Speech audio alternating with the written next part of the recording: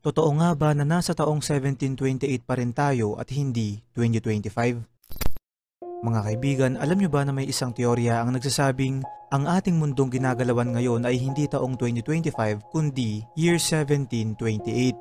Ang teoryang ito ay tinatawag na The Phantom Time Hypothesis at ayon dito may 300 taon daw ang hindi talaga nangyari sa ating kasaysayan. Ayon sa isang historian na si Heribert Illig noong 90s, sinabi niya na si Roman Emperor Otto III at Pope Sylvester II ay binago ang ating kalendaryo at ginawang year 1000 kahit hindi pa naman. Ayon sa teoryang ito ay mula taong 614 AD hanggang 911 AD ay kakaunti lamang ang mga dokumento sa kung ano ang nangyari sa panahon na to na malaki pa ang tsansa na ang ilan sa mga to ay hindi talaga nangyari at inimbento lang. Binansagan rin ang panahon na to na The Dark Ages dahil nga wala talaga tayong kaalam-alam sa kung ano ang naganap sa mga taong ito at wala ring naging malaking pagbabago sa mundo.